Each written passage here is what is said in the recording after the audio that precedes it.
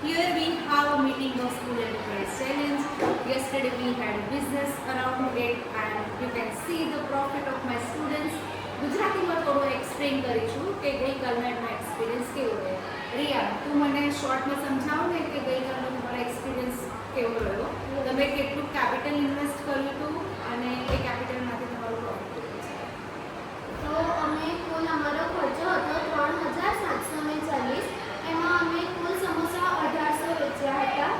તો તેમાં અમને પ્રોફિટ થયો હતો 3770 રૂપિયા.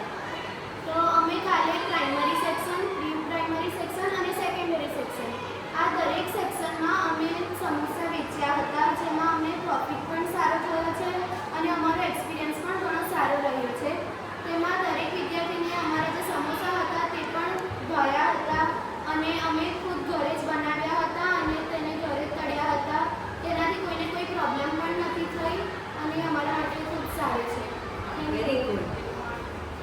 દિવ્યા, હવે જે નેક્સ્ટ પ્લાનિંગમાં તારો રોલ હવે આવશે, તો જે પાઉચ તમે બનાવવાના છો, જે બેગ તમે બનાવવાના છો, તો એના માટેની તમારી પ્રિપેરેશન કઈ છે?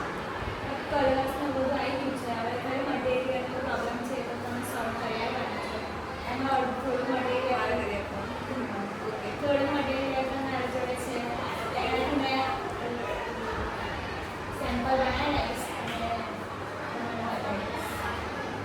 હર્ષવર્ધન, આ વખતે તે આખું જ કહેવાય કે બંને ત્રણ વખતે આખું હેન્ડલ કર્યું છે. તો મેં ગઈકાલે પોસ્ટ પર લખ્યું છે કે ફ્યુચર એન્ટરપ્રેન્યોર ઓફ માઇન્ડ. તો તારો એક્સપિરિયન્સ કેવો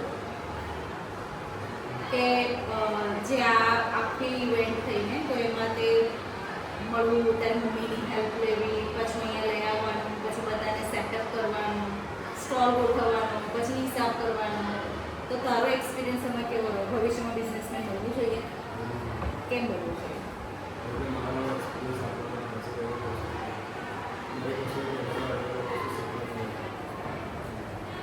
તમારા પેરેન્ટ્સનો ઓપિનિયન શું છે જેન્સી, જે અત્યારે તમે કરી રહ્યા છો? ધ્રુવ, જેન્સી, દિવ્યા, દિયા, તમારા પેરેન્ટ્સ શું આની અંદર શું કહે છે?